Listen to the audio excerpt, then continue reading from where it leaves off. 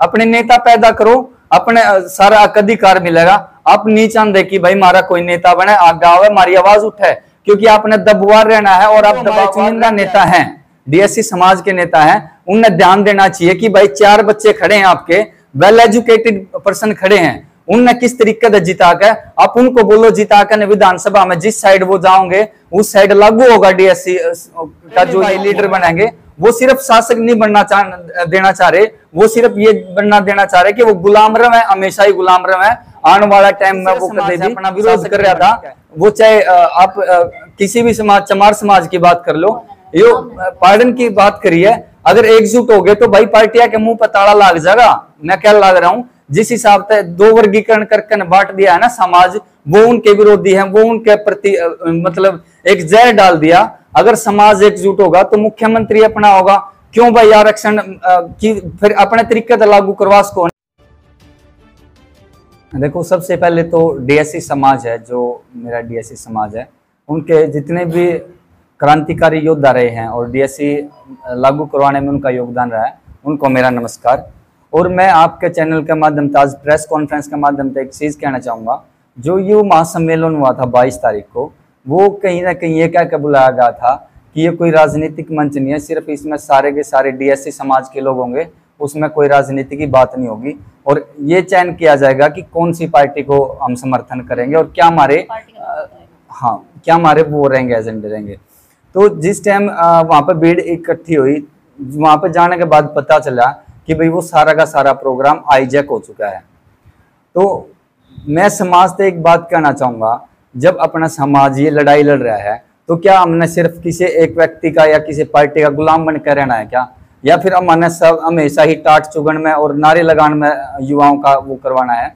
क्योंकि देखो, ठीक है, लड़ाई लड़ी है, हमने भी लड़ाई लड़ी है, सर्व समाज के लिए लड़ाई लड़ी है, एक समाज खातर तो कोई भी लड़ाई लड़ ले, छात्रा खातर भी उतनी लड़ाई लड़ी है, देश खातर भी उतनी लड़ाई लड़ी है। और मैं अपने तथ्य पे बात बताऊंगा, जो पूरा का पूरा मामला था वो किस तरीके से हाईजैक करा गया है। देखो, 1 तारीख ने वहां तक सुप्रीम कोर्ट का मामला आ गया था कि भाई डीएससी वालों को उनका हक दे दिया जाना चाहिए, और कोई भी अगर शोषित है वर्ग, कोई भी शोषित वर्ग है, तो उसने पहली प्राथमिकता ये रहा है कि वो किस तरीके से उभारा जा सके। बाबा साहब अम्बेडकर ने कोई रूल बनाए हैं तो बहुत सोच समझ के बनाए हैं, और जब सरकार थी उस टाइम, जिनकी भी सरकार थी, उन्होंने लागू क्यों नहीं करा? ये तो सिर्फ एक चीज होगी कि भाई समाज की वोट किस तरीके से ली जा सके हैं।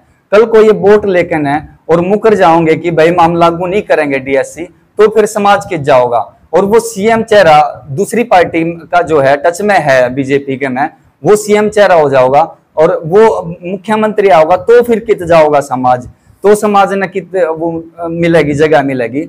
हालांकि ये तो सारे के सारे वोट बैंक इकट्ठा करके वोट लेने के इनके इरादे रहा हैं। और जिस टाइम उन्होंने मंच पे तो ये कहा कि एक वोट फलान पार्टी को जानी चाहिए, मैं पार्टी का नाम नहीं लेना चाह रहा, लेकिन वो किते न किते एक तरफ इशारा कर दिया।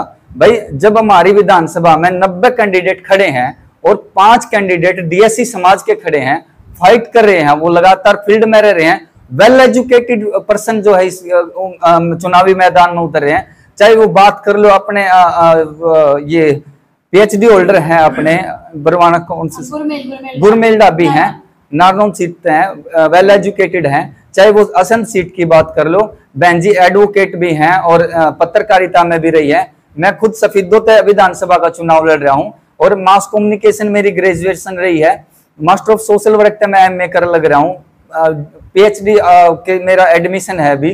तो भाई सारे के सारे वही अरुण निनानिया है, बहुत सारे ऐसे कैंडिडेट हैं जो जीत के करीब हैं, और हर एक विधानसभा में हमारी करीब 30 से 40 हजार वोट बैंक है।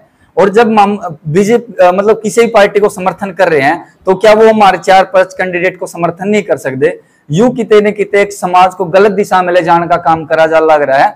और मेरा विरोध किसी भी व्यक्ति विशेष से नहीं है, कदे मैं माफी चाहूंगा अगर किसी पर्सनली कोई कमेंट होया है, तो वो मैं इस वजह तक कह रहा हूं क्योंकि समाज को जोड़ने का काम करना है। अगर पार्टी की नीति रीति पर जाकर काम करोगे और समाज ने जोड़न तोड़न का काम करोगे, मने खुशी है कि भाई हमारा डीएससी समाज एकजुट है, एक मंच पे है। मैं चाहता भी नहीं कि वो इधर उधर भटके, एक दिशा में चले, लेकिन जो हमारे चुनिंदा नेता हैं, डीएससी समाज के नेता हैं, उन्हें ध्यान देना चाहिए कि भाई 4 बच्चे खड़े हैं आपके, वेल एजुकेटेड पर्सन खड़े हैं, उनने किस तरीके से जिता के, आप उनको बोलो जिता के विधानसभा में जिस साइड वो जाओगे उस साइड लागू होगा डीएससी का जो ये मुद्दा है।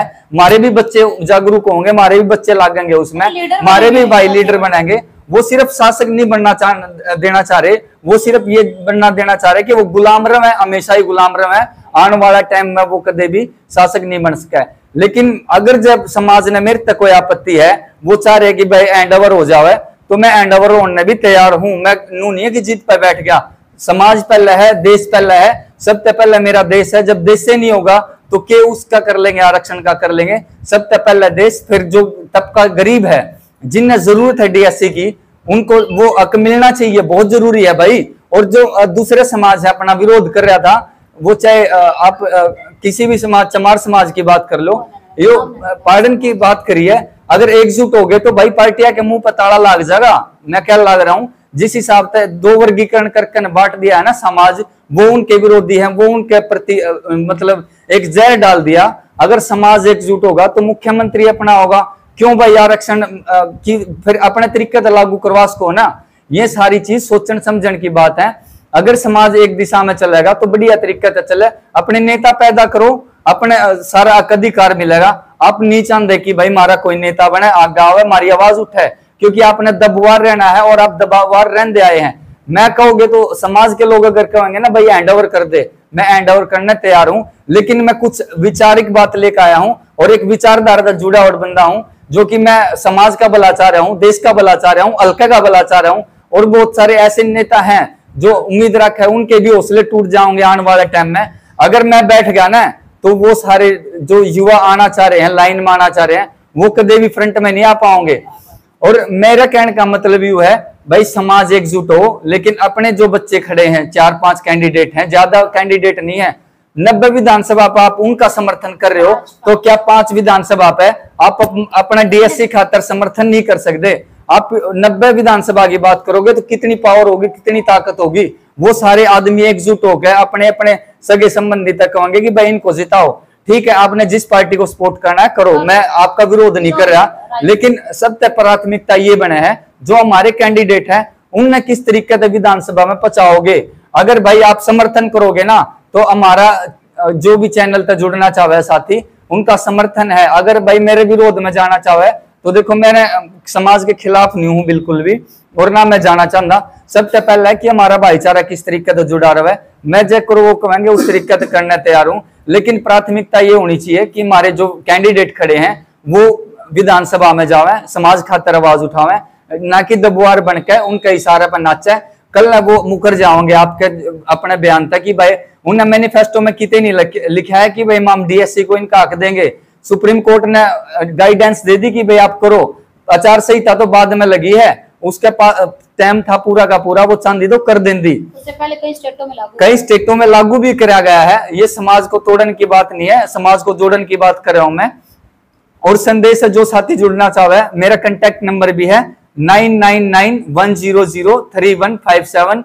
और जो साथी 5 विधानसभा बताई, वाल्मीकि समाज से भी खड़े हैं, धार्मिक समाज से भी खड़े हैं, उनने अपने संपर्क के हिसाब से समाज जोड़ो और उन्हें जितवाने का प्रयत्न करो जितना प्रयास हो सके। अरे 85 विधानसभा पे दिए समर्थन, 5 बच्चे खड़े, आप उन बच्चों का मनोबल नहीं बढ़ा सकते? 5 विधानसभा पे समर्थन मांग रहे हैं, ना कि 85 पे दीजिए आप। 90 विधानसभा पे हम पूरा समर्थन करेंगे। और हमारे जो साथी जुड़े हैं, बहुत सारे समाज के लोग हैं, इनके पास बहुत समाज के लोग जुड़े हैं, वाल्मीकि समाज से हैं, अपने और भी साथी जुड़े हैं, तो उनके भी आप स्टेटमेंट लो, वो अपना विचार रखेंगे जो उनका विचार।